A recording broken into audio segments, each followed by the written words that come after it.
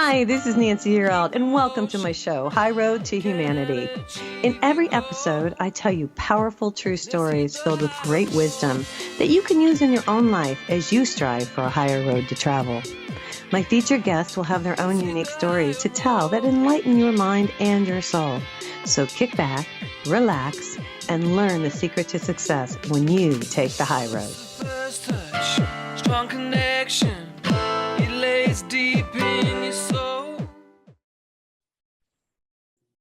Hi, this is Nancy Yearout, and welcome to High Road to Humanity. And I have Kelly Sullivan Walden here today, and we're going to be talking about this really cool book she's got. It's called Luminous Humanness, and it's very interesting. You know, this is one of these books where you open it up, and every day you have a little, just reflection. And then there is an affirmation, and then there's a meditation. And so it's really cool. So she's going to bring her wisdom to us today on the high road. So I'm really glad you guys are joining me. A couple things I want to say. Thanks for everybody who is supporting High Road to Humanity. I really appreciate it. And News with Nancy on Sundays. That makes me very happy. I'm trying to bring nice news, but there isn't that much nice. So I'm trying to create nice for y'all. So before I bring Kelly on, let me just kind of give you a little information about what's happening with humanity. You know, a lot of people are following the story about Gabby Petito and Brian Laundrie. So I pulled this and we'll talk about it really quick. Northport, Florida, the headline reads, Northport police officers and FBI agents assumed the search for Brian Laundrie Thursday. Today is Thursday. Officers have searched Carlton Reserve for several days after learning from his family that he went missing September 14th. Now, the Lowry family told authorities that their son had left to go hike at the reserve, prompting the search. Now, parents of Brian Laundrie spotted leaving Northport home with police escort. Laundrie is the sole person of interest in this homicide investigation of his fiancée, Gabby Petito. And if you guys don't know what's going on here, these guys took off in a camper going, I guess, doing a film. They kind of filmed it for Facebook or whatever. I don't know if you've heard about this. I'm sure you have, Kelly. And so they take off, and then, they were pulled over. I guess somebody saw him hit her, and then the police stopped, but they just let him go. And then a few days later, she's missing. He goes home, and then he says, oh, she's not there. And then he leaves, and then the parents don't say anything for a few days. Now, I feel like, obviously, he murdered her because they found her body, but I think this guy's still alive. I think he's out there, but I think he's like in South America or somewhere like that. Honestly, what do you think, Hal, on this one? Oh man, it does feel, I always want to go the non-obvious route, but it feels like the breadcrumbs lead to, he went running. And it would be a smart place to go over the border. I mean, I always do that. If it were me, like try to put myself in their shoes, which is horrible shoes to put in. Yeah. But I imagine, I always put humanity, like the dream inside my dreams, and in the waking dream, it's all an aspect of me. So that's just how I sort it. And I think there is some, there's the masculine aspect that is kind of the overbearing masculine that gets full of remorse and wants to isn't ready to face it. So I don't know. It feels like, I'm kind of with you. I would imagine him being somewhere south of the border. Yeah. And I just want to bring up the interesting thing about this. I talked to one of my kids about this yesterday, and she's like, oh, it's all been on TikTok. See, because I don't do TikTok. But I guess the cool thing is that because everybody is so virtual, there were people who actually went on and said, oh, I picked him up. And that's how they actually found her. Yeah. And I just think it's interesting. So I just want to bring up that aspect that, everybody complains a lot about the internet and everything. Yeah. But there is the flip side, because that's it's like so true. everybody got out there and started investigating and following this. Apparently we don't have a lot going on.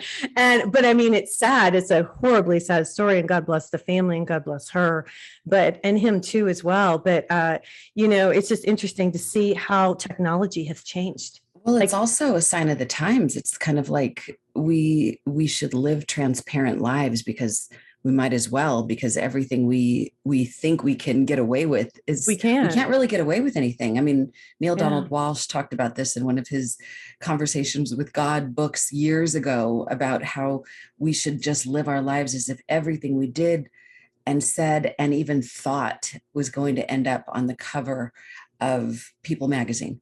Yeah. And if we lived that way, we might be better versions of ourselves. I mean, we like people to think we're so fabulous. And then behind the scenes, there's, we kill flies.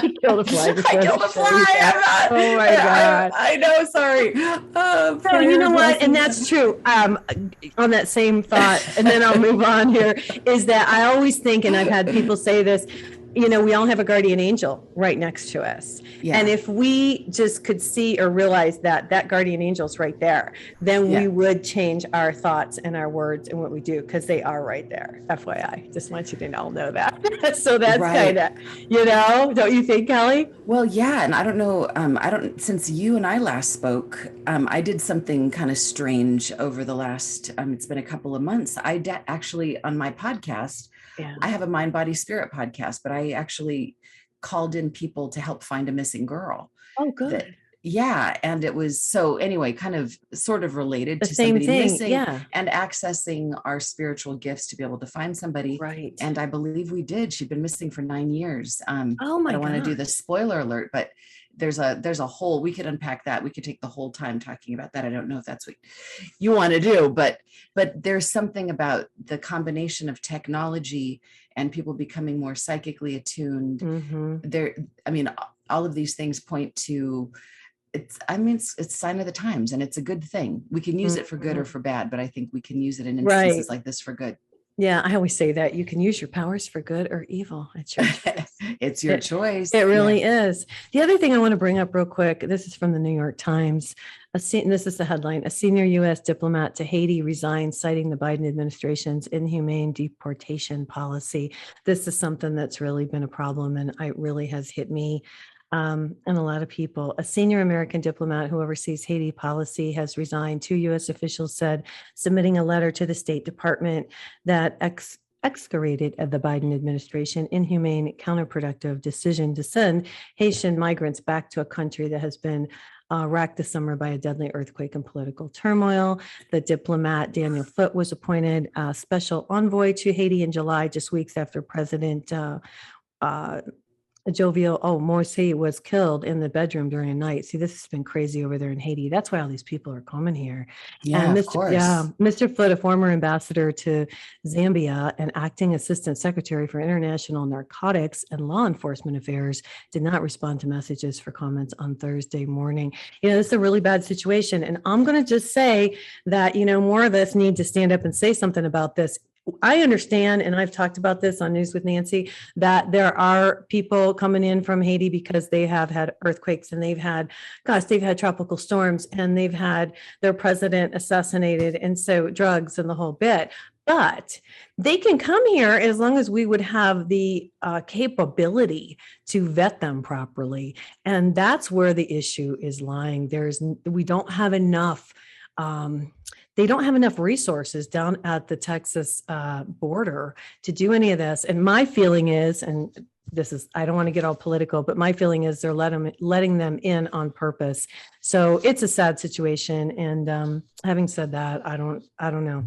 I just send prayers I'll just send prayers, because this is, and we all need to speak up and say something. Okay.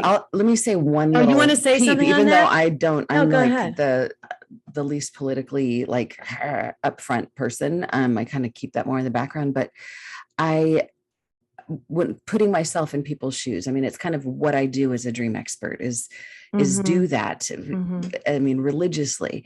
Mm-hmm. And in order to leave your home, my family at one point, their home caught on fire and they still wanted to live in the house. It's like people don't want to leave their homes, even when there isn't much of a home to leave. So by the time somebody actually leaves their home and puts their self themselves in such danger to travel and to go to a place where they know they're not welcome. It's like there's such a level of desperation. Yeah, but Kelly, here's the problem. And here's what you need to understand. They're keeping the women and children.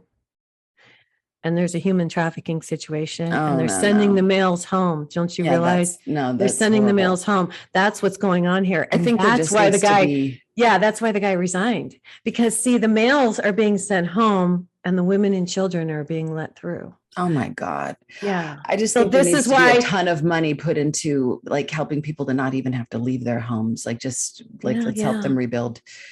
I know. So that's why I bring it up on High Road to Humanity, because it's a human issue. It really is. I'm really glad you're here today, though. Kelly's great. She has all kinds of cool opinions. She batters with me a little bit. That's good. You know, Kelly Sullivan Walden, I'll just give you a little bit of her bio. She's been on the show before. She's on a mission to awaken the world to the power of dreams.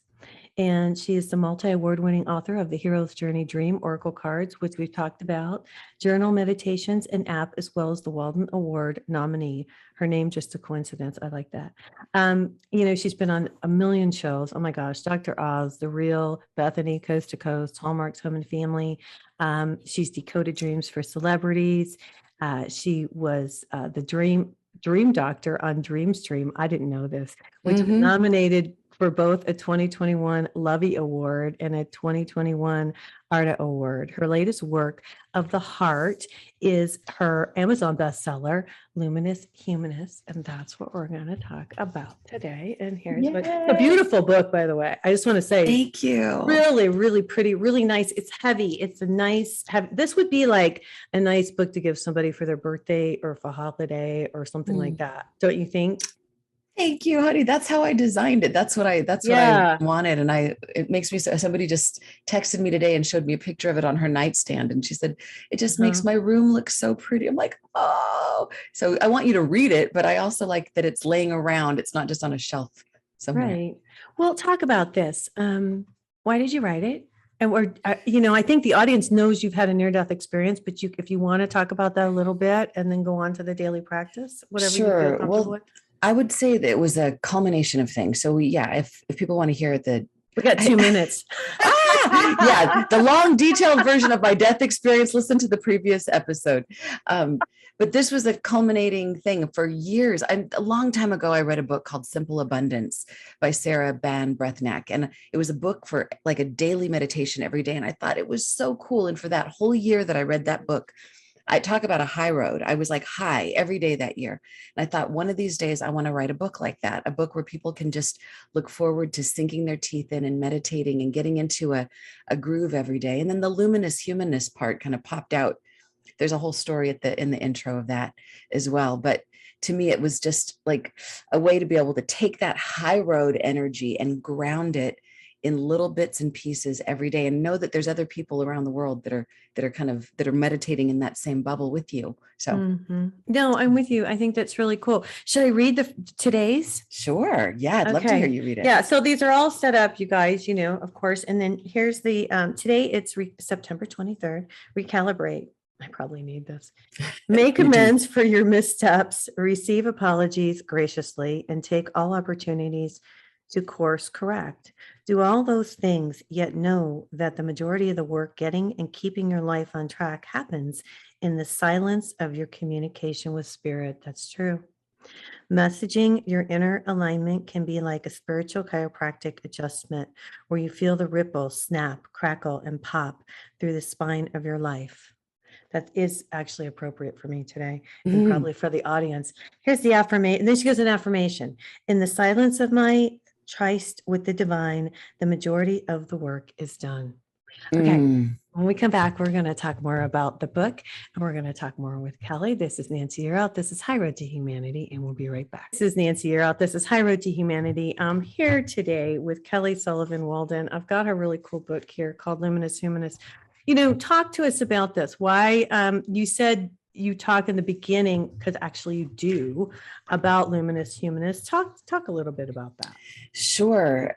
So there's, there was kind of a longer story, but basically when I was on the outer edge of my death experience, I really, really felt, not just imagined, not just conceived, but felt the presence of light. I felt myself becoming at one with the light. And it was so incredible, so wonderful. And it's like the answers to every question were there.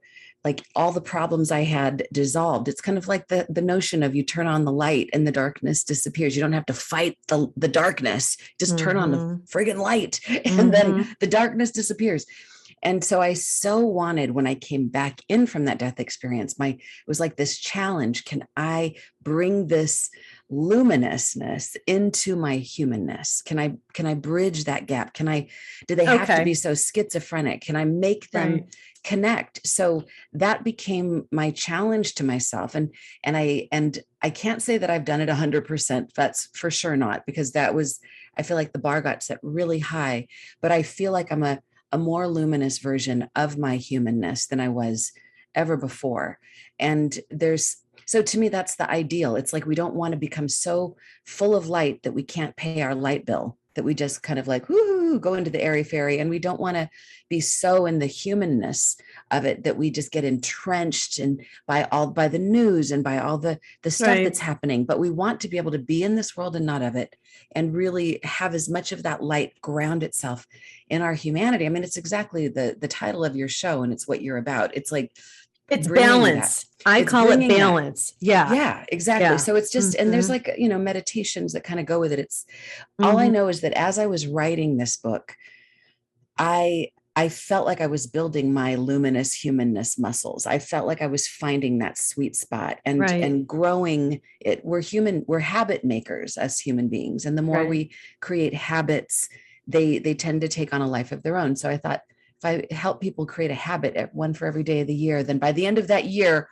we'll be a more luminous version of ourselves. No, that's true. And, I have a morning practice, and you talk about that in the book, and I'm sure you have a morning practice. I really believe, and you talk about this, but I'll just throw it out there and then you can elaborate, the morning time. And you talk about how you get up super early in the morning. And I have to say, sometimes. I agree with you. Yeah, I agree. Like to. That's my favorite. Well, the morning is my time. Honest to God, I will get up early as I have to do my meditations. I journal, I write my little note to God. I do my prayers.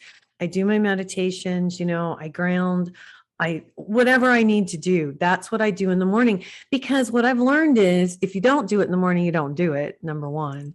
And secondly, it's harder to do. You can still do it, but it's kind of like, hard. There's a bit of a struggle. It's not as easy. Yeah. And what you say, and what I agree with so much in here, is that it sets the pace for the day. So talk about this. I mean, honestly, it really does. So to be totally honest, so I have a doggie that's been on her last leg for a while, and she gets me up in the night these days. So my sleep has been so interrupted that I don't get up as early as I would like.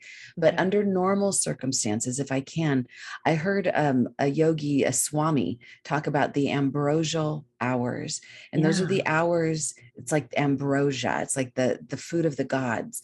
It's the times, but basically between like 2 a.m. and 6 a.m. It's kind of like the time when the world is asleep, whatever time zone you're in. And if you can, there's some meditators, there's some spiritual practices that get up like at 3 or 4 o'clock in the morning, and they meditate for a couple hours during that time when the frequency, all the electronics are gone, and you can just really tap in. You think that's what it is? There's something about the quiet that allows us to be able to, it's just like, imagine, the radio, if there's static on the radio, we can still hear it if we really try, but we're having to force it. But if there's no static and the voice is really clear, then it just makes it easier to be able to do what we want to do naturally. That's so cool. The world is kind of in our favor during those moments. And when I get up at that time, I feel like, it is ambrosial. And then sometimes, take a nap later, but in my ideal world, I would have those moments. I'd get up at 4 and write from 4 to 7, even 8. And I mean, that's like heaven to me. But if I can't, then I still do my best to carve out my first few hours of the day as best as I can and devote that to my spiritual path. And writing is, I've come to accept that is a big part of my spiritual path. Writing is one like valid form of communing and meditating. I think that helps everybody. I really Yeah. encourage people all the time, and I bet you do too, to have people journal. I started journaling this year. I always wanted to. I have all these books. This is so funny. I wonder if a bunch of you guys at home can relate to this. So I'll buy these really cool books over the years, and then I'm going to write in them, right? And then I start. It's funny because you can open it up and you see the first couple days, and then nothing else, and then right. And so I have all these really cool books, right? And then somebody said to me, this is the truth. Somebody said to me this year, or actually I watched a class or something, and this girl said, I journal to God every day.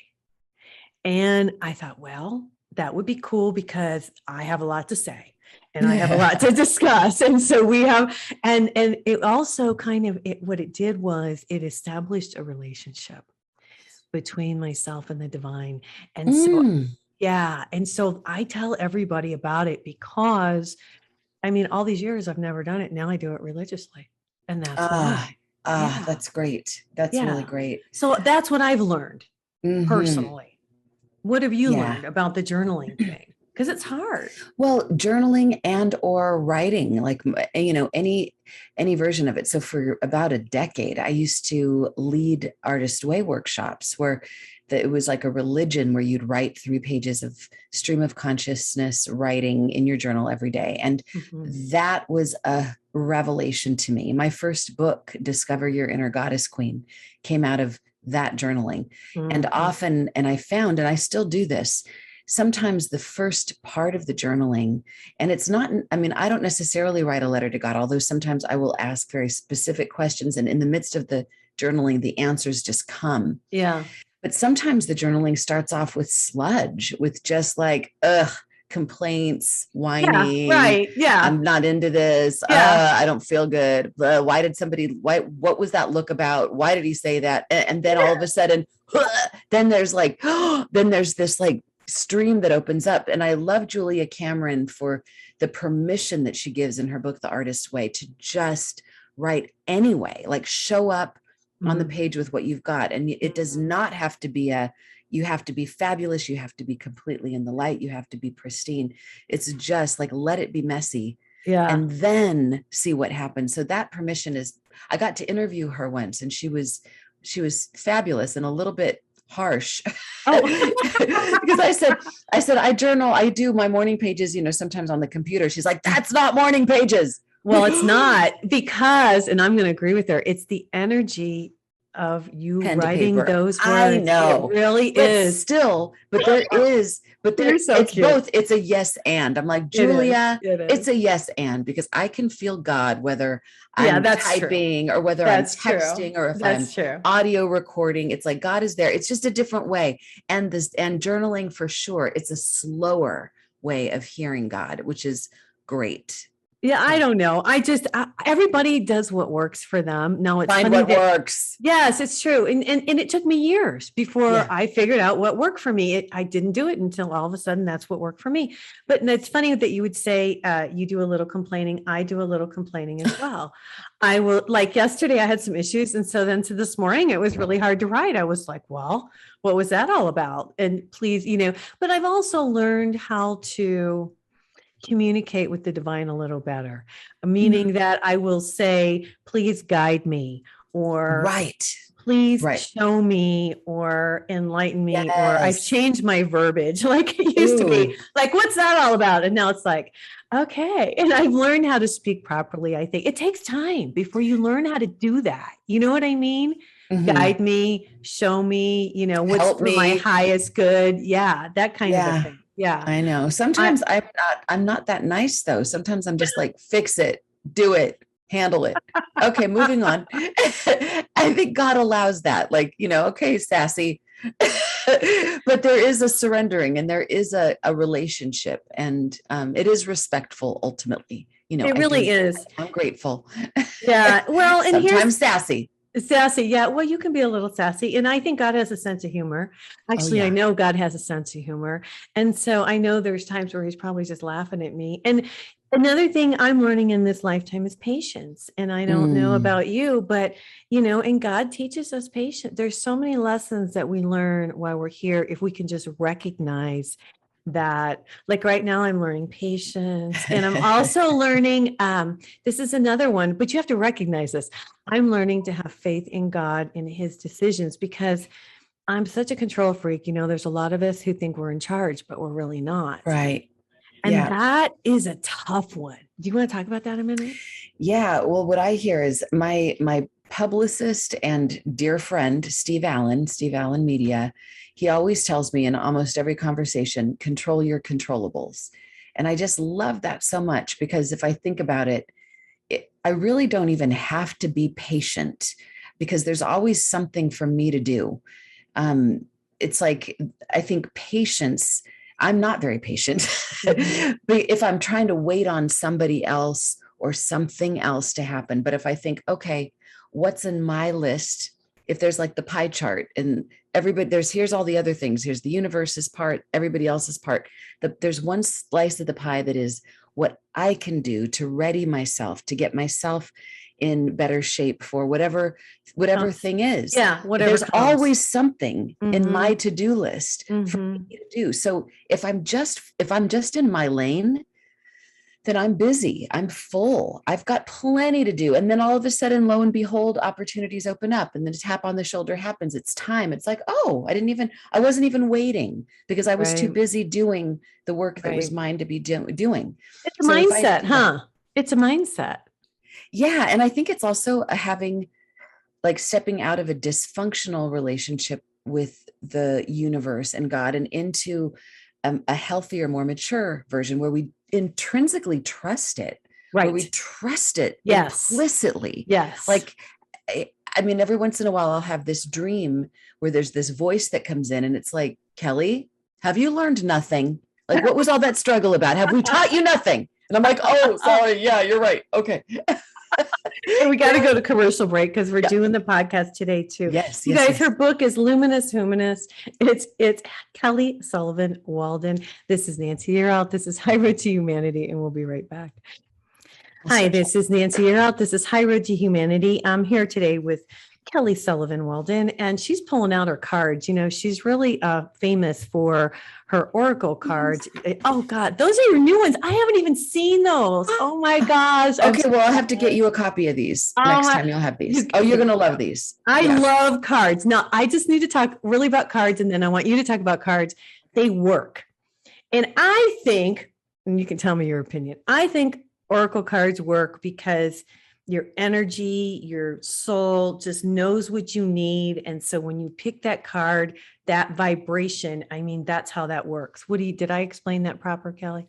I do. I think it is one way that the universe speaks to us. And it's such an easy way. I mean, we don't have to be a monk on the mountaintop and sit in a cave for years. It's like we could just think of a question, which is usually right there, low-hanging fruit. And we could use the universe as an oracle. I mean, whatever the next song on the radio is, whatever your loved one walks in the room saying, that's the answer to the question. But the cards, when they've been crafted with intention, with a very specific intention to support, to help, to guide you on your high road to humanity, then I think it's a particularly potent way to be able to get answers. So one way I do it is to have people, I mean, there's the very fancy spread. We could do a 6-card spread. There's a 4-card layout, but the easiest one is to just think of one question and we can shuffle. I can shuffle the cards and pull one for you. Well, so if you want to go for it. Yeah. Let's ask what the audience needs to know to help raise their vibration. Okay. Yeah. All right, so let's see. That's the goal, to raise the vibration. So we're going to, this one just kind of popped off. So we'll see what this one. Yeah, and when one pops off, you guys, it's kind of, you always want to look at that one. Okay, so this is the hero's journey dream oracle. So it blends dream symbols with the 12 stages of the hero's journey to propel us, because we're all on the hero's journey right now, all of us. So the card, this is from the early part of it. This is card number 9. It's called You Are Invited. Suit up, show up, and open up. And this artwork is from Rasuli. Oh, pretty. He's a world famous fusion artist who I absolutely love. And if you guys are not watching, if you're on the podcast, she's showing the cards and they're really beautiful, actually. And I'll read the message. So this is from stage 2, the call to adventure. You are invited. Suit up, show up, and open up. The quote, inspirational quote, is from Annie Besant. Never forget that life can only be nobly inspired and rightly lived if you take it bravely and gallantly as a splendid adventure in which you are setting out into an unknown country to meet many a joy, to find many a comrade, and to win and lose many a battle. The message is feel the gentle tap on your shoulder. Notice the golden ticket in your hand and see the red carpet leading to your highest destiny, your highest high road rolled out. Oh my God, it does not say that. Oh no, my God. It says the road leading to your highest destiny rolled out before you. You have been cordially invited to show up to the party with your unique gifts, talents, experience, perspective, joy, humor, and sense of adventure. On this hero's journey, you are an honored guest. You don't have to figure out how this will go. You don't have to weigh the pros and the cons or create a cost-benefit analysis. Instead, leap, build your wings as you go, and trust that even if you fall, you will be falling forward. Even if you stumble and fumble, it will be into the ecstasy of expansion. Dream symbol, invitation. Dreams of an invitation are preparing you for an opening or opportunity. They come as a blessed summons from the universe to participate more fully in life. Take note of the way this dream makes you feel. Does the invitation invoke trepidation, thrill, or cover you with tingles? You've been chosen. The adventure of a lifetime is beckoning you now. Mantra, I am honored to have been given a golden ticket to participate in my best life. That was beautiful. Yay. That made me feel better today. Oh, good. It really did. That made me feel better today. That's awesome. It's like, so notice what's tapping on the shoulder and if you already are responding to the call to adventure, like I know you were talking about moving and all that stuff. It's like, you're on the journey and the back and forth and the tug of war and all that means that that's part of what happens when you've said yes. It's not always a straight path. There's often the belly of the whale, the challenges when you feel like you're off, but that doesn't mean that you're off course. It actually is a red flag that you're on course. Crazy. Now I want to know, it was beautiful. So when you wrote these, because I always am shocked when I read oracle cards, you guys, they are just so enlightening. I mean, I just like what Kelly just read. Okay. So where did all that come from? And how did you channel that? I mean, how did you do all the information? Because I have to give you credit. That was just absolutely fantastic. So where does it come from? How do you do it? Well, for this particular project, this one is unique from basically all of the projects, all the books and everything else I've written. The hero's journey has been living with me ever since I heard about it in my early 20s. And it's been speaking to me, informing me. I've been a student of Joseph Campbell, and it's become part of my DNA. It's almost in every program I teach. So there's something about it that is a part of me and it speaks to me. So it was like it exploded on the page when I started writing so really I broke it down into 12 stages and then from there fleshed it out. But there was, I would say I would get like some little wisp of inspiration and then I would just write and let the universe through. Yeah. But it's interesting that there's like like a radio station, like we're on this radio station with you right now, your podcast. It's like there's a certain frequency for every project and program. And once you tune into it, it's like, whoa, like all the info is there. And just as an interesting side note, the artist, Rasuli, he and I talked about doing this after we did my first Oracle deck, which is the Dream Oracle cards. They're and pretty, those were really successful. And he said, let's do another. And I said, I'd love to do the hero's journey. And then we talked about 1,000 other projects. And then he had a heart attack. Oh gosh. And it was severe. He basically died for a little while on the operating table and he came back, but he said while he was gone, one of the things that he got while he was on the other side was do the hero's journey Oracle deck with Kelly. Oh my gosh. He came back and was well enough to speak. He's like, let's put this project to the top of the list. Oh my because God. I don't know how much longer I have. He's, I don't know, pushing 80. Uh-huh. And so this was the very first thing that I put everything else aside and just focused on this. And so there was such a momentum and a juice and a joy. Well, rewind a little bit. I don't understand. Tell me about the hero's journey. And you said you started. I don't understand that. So explain. Okay.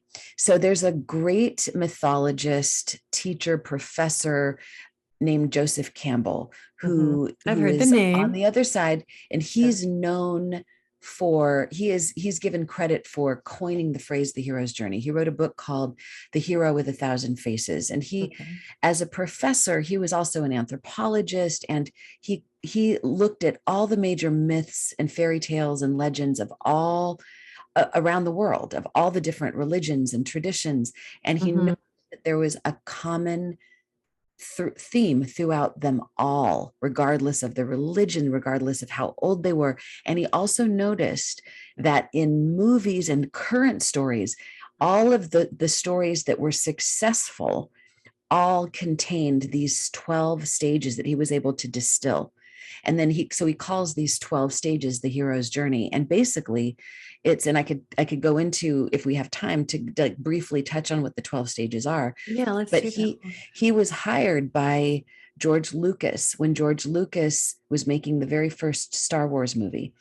And he thought, I want this to be successful. I'm going to bring in Joseph Campbell to make sure my script and the movie honors each of these 12 stages. And it did. And hello, it was the biggest box office hit of its time. Of all time, right. Right. And so since then, screenwriting courses, a lot of writing courses incorporate these 12 stages. It's like mandatory if you're going to tell a story of a hero that encounters a transformation. So in this segment, do we have time for me to touch on the 12? We've got about 2 minutes. So I can talk about a couple of them. Yeah. And then we'll finish them on the last segment. Sure. Okay. So I'll break it down into 4. So there's 12 stages, but we can break those 12 into 4. Okay. There's the call, the quest, the reward, and the return. So within that, there's a hero that starts off in the ordinary world. Most stories start off with the hero just kind of ho-hum, like whatever, nothing big is happening. And then out of nowhere, bam, some great tragedy or some great invitation, even Epiphany. Yeah. And sometimes it's because everything's on fire. Things are not going well. The kingdom is in ruin, so to speak. So the call to adventure sometimes is an exodus. And then there's resistance to the call. Often the hero is like, I liked it the way it was. I'm not ready to go. And why do I have to go? And this sucks. And this is stupid. And so there's the refusal of the call that follows the hero throughout the journey. Then there's a mentor that shows up, like the Obi-Wan Kenobi or the Yoda that's like, right. I will tell you, I've been there. I know the story. I will teach you the Force. So if the hero is wise, he will connect with a mentor, and it could be somebody living or deceased. It could be someone in dreams. And then if they're wise, they cross the threshold. And I'll leave you with that little cliffhanger for the next segment. I love it. I love it. No, thank you for going through that with us. And it makes a whole lot of sense, actually. Hey, you guys, I'm here today with Kelly Sullivan Walden. Her book is called Luminous Humanness. We can get this at Amazon or your website. Which website? Wherever books are sold. And I always suggest go to your mom and pop stores and order it from them if you can. But of course, Amazon sells it. And the Kindle book is now available. So for the longest time, it was just in hardcover. But for people that want to carry the meditations with them, so it's like an app. So you just, take it on the Kindle and then you can carry it with you throughout the day. All right, fantastic. This is Nancy Yearout. This is High Road to Humanity, and we'll be right back. Hi, this is Nancy Yearout. This is High Road to Humanity. I'm here today with Kelly Sullivan Walden. Her book is called Luminous Humanness. It's 365 ways to go, grow, and glow to make this your best year yet. So it's pretty cool. I'm really excited that you did this, and I'm really grateful that I have a copy because I love this kind of stuff. It's really neat. Thank you. Yeah. So continue on. Tell us more information and tell us more about the dreams. Sure. So dreams tie into each of these 12 stages, by the way. So when I talk about, let's go back to the ordinary world, this is where you set up your dream zone so that it's conducive for sweet dreams. You want to acknowledge your 5 senses. You want to make sure that the room's the right temperature, the sheets are comfortable, that there's not a lot of clutter by your bed. And then stage 2 is the call to adventure. And that's when you get sleepy, you get called into dreams. It's like, and sometimes you go in kicking and screaming like the kids, I don't want to go to bed. I'm not ready to go to bed. Or a lot of adults want to go to bed, but they can't because they're restless and they have a hard time sleeping. So the refusal to the call is also there. The mentor, it's wise for all of us to have a dream mentor that we call on to help us in our dream time, so that our dream time is spent as productively as possible. So we can Who do we call on, Kelly? What do we can call on an animal guide. We can call on an ancestor. We can call on angel. Archangel Michael. We can call on Jesus. We can call on, and it could be Maya Angelou or Oprah or the Dalai Lama. It's somebody that we, even like a very specific mentor related to our business, or just contemplate somebody to help you in your dream time, to help you sync up to their level of wisdom. And then you cross the threshold. Crossing the threshold, you go from the ordinary world to the special world. And that would be, you fall asleep with regards to dreams. That's where you go on the dreaming journey. With regards to our waking life, this is all of a sudden when you say, yes, I'm going to write that book, or yes, I'm going to give that TED talk, or yes, I'm going to ask for a raise, or yes, I'm going to go out with that person that I've been terrified to go out with, or yes, I'm going to build that new expanded part of my house, or I'm going to take on that new thing. Yes, I'm going for it. And you throw your hat over the fence and you're like going in. So that's, then you go into what's called the tests, allies, and enemies. So once you're on your hero's journey, you know it's going to be juicy. Everything flips upside down. So the ordinary world, everything makes sense. Once you get into the special world, whether it's when you're dreaming and sleeping or in your waking life, everything is a bit odd. It's a bit Twilight Zone-y. It's like all of a sudden, like things just are a little bit strange. You meet strange people, strange synchronicities. So you have to look for those. You get tested. You meet people that are your allies that will help you through. And you meet some people, and it might even be your own inner critic that makes it hard for you, that pushes back. It's like, what the hell are you doing? Like when I started the podcast to help find this missing girl, it's like, I'm not a person that finds missing people. My husband's like, what are you doing, Kelly? What? I'm like, I don't know, but I'm doing it anyway. And then there's the test, there's the difficulties, like, oh my God, this is really hard. Yeah.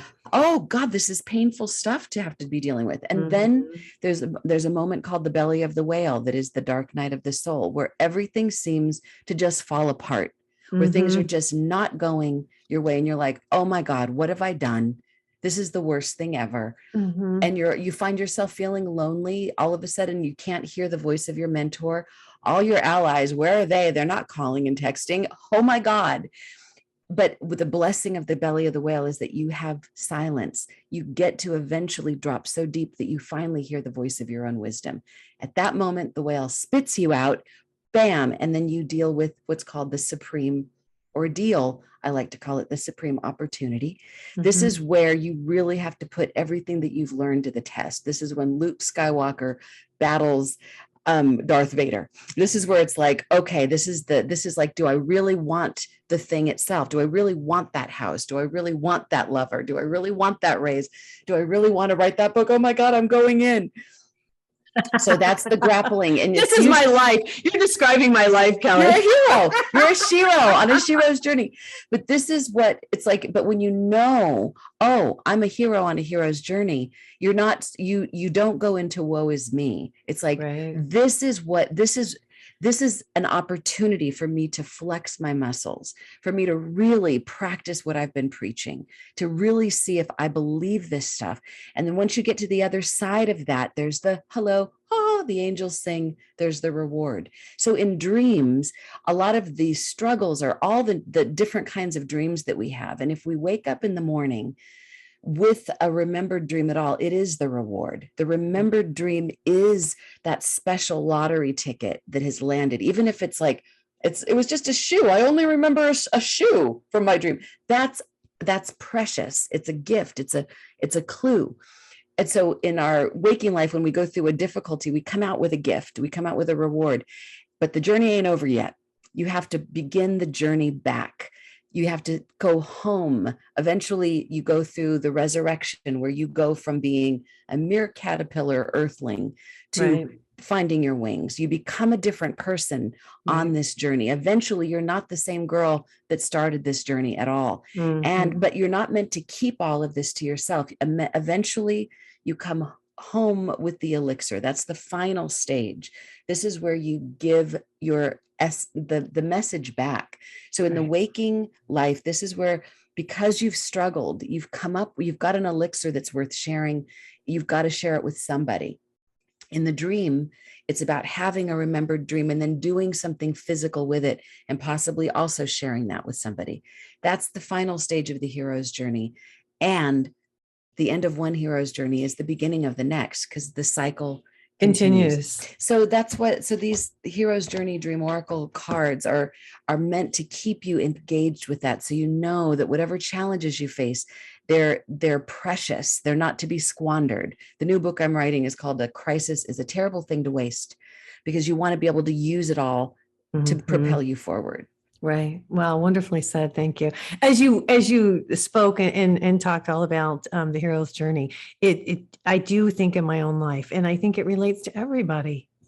Yeah. It can relate to everybody, because we all have these ups and downs. But, what did we learn? Now, I want to ask you something. Yeah. I've had a lot of people on my show. Of course, I have psychics, I have mediums, I have scientists, I have everybody. And what I hear from some of the wisest people that I have on my show is that they ask God what they want to know before they go to sleep. Yes. And then this is what I hear. And this is why I'm sharing it with the audience. I want you guys to know this. I did this last night. I'm like, okay, God, what am I supposed to know? So, and for some reason, that's when you're supposed to do it. Talk about this a minute, Kelly. Yeah. It's really, it's kind of the secret of all secrets. We can give God our laundry list and say, here's all the things that I want, but it would be so wise of us to say, how about, what do you want from me? It's like, ask not what this world and what God can do for us. What can we do for God? What do you want from me? And to dream about that. The moments bookending our dreams, I always say it's prime real estate. It's the mantra in real estate is location, location, location. Yeah, right. So that relates to these moments bookending our sleep, because we're right there on that dream bridge. We're more receptive, more open. The veil between worlds is thinnest. And those intentions or questions that we ask, they're like seeds being planted in fertile soil, and they tend to take off. So it's a great mantra to have, actually, just to expedite the process of our awakening, to just be like, God, what do you want me to know? God, please dream through me. God, what do you want me to know tonight? I'm listening. So thy will be done. In some way, to me, the shortest way of saying it is just, thy will be done. Thy will be done. Thy will be done. It's the shortest prayer ever. That's true. No, it's true, because that's I always feel like that. I always say I work for God. You probably feel that way too. Yeah. Isn't that crazy? That's how I feel. And so whatever and I always say, whatever you want me to do, I'm there. Just explain. I'm your girl. Just make it as clear as possible. Or at least, I often feel like I'm Mr. Magoo. It's like, I don't even have to know what I'm doing, but just move my body.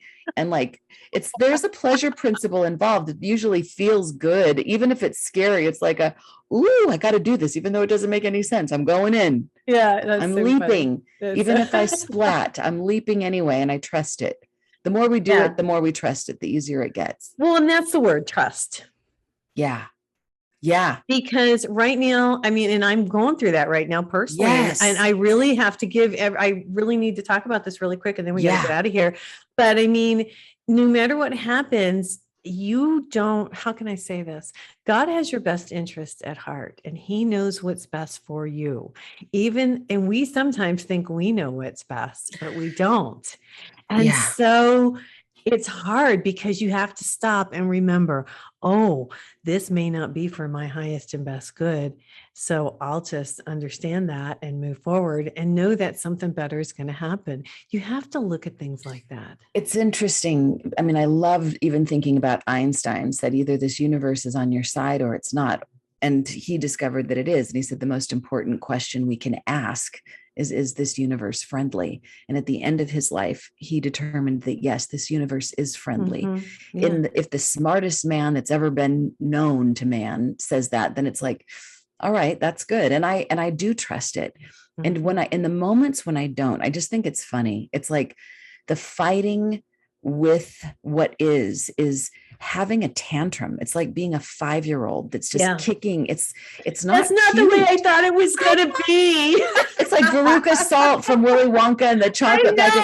I want it, and I want it now. I want it now. Yeah. It's like, you're just like, who are you talking to, girl? Like, what? Do you not like a true functional, healthy relationship with the universe is one where the universe, like my friend Felix Wolf, who wrote the book The Art of Navigation, said, it's the best way to do it is as if we're in a dance with the universe and it's leading. Yes. And your job is to become the best dance partner you can be. So you're not leading it, but being a dance partner doesn't mean that you just go slack and you're just like a mush. Yeah. It's like you have to have, a strong frame. You gotta have composure. Yes. So you have to be attuned to, I'm moving forward, I'm moving back, I'm dipping, I'm flipping, and you're just attuned to that. There's no room but I wanted to do the foxtrot, but I thought we were going to dip here. Wait a minute. My husband hates to dance with me because he says I always lead. I'm like, I save all of my following for God. Yeah. That's wonderful. Hey, we got to get out of here today. That was wonderful information, by the way. Thank you for that, because it's true. We're not in charge. It's really hard sometimes. We have our brain and we do need to use it, but God's in charge. And if you can connect, and that's what I work on every day, you guys. Then we can have bliss all the time. It's going to be a high road to humanity every moment. We don't have to suffer. Suffering is optional. Yeah, we don't have to suffer ever. Ever. I love it. Kelly, thanks for coming on the show. Thank you, Nancy. It's so wonderful to be with you. You're the third Nancy in my life, and I love you. I love all my Nancys. Love you too. Her book is called Luminous Humanness. I can't even say it. Luminous Humanness. Easy for me to say today. It's a tongue twister. It's a tongue twister. Hey, it's High Road to Humanity. You guys, remember to go to my website, nancyyearout.com. If you want a psychic reading, click on book, and you can go to my calendar and book your date and time. Also, remember to watch News with Nancy on Sundays. I give my intuitive take on what's going on in the world with humanity. Again, Kelly, thank you so much for coming on. Thanks, you guys. We'll see you next time. Everybody take care and God bless. Bye-bye. Connect the dots and keep the motion. Can achieve your goal. Let's hit the high road. Hey, you guys, join me next week on The High Road for more stories filled with wisdom, love, and hope for our future. Have a fabulous week, and know that by staying on the high road, you will make it to your destination. Visit my website, nancyyearout.com, where you can book a private session to learn how to tap into your own abilities. And check out my YouTube channel. It's Nancy Yearout's High Road to Humanity. You can achieve your goal.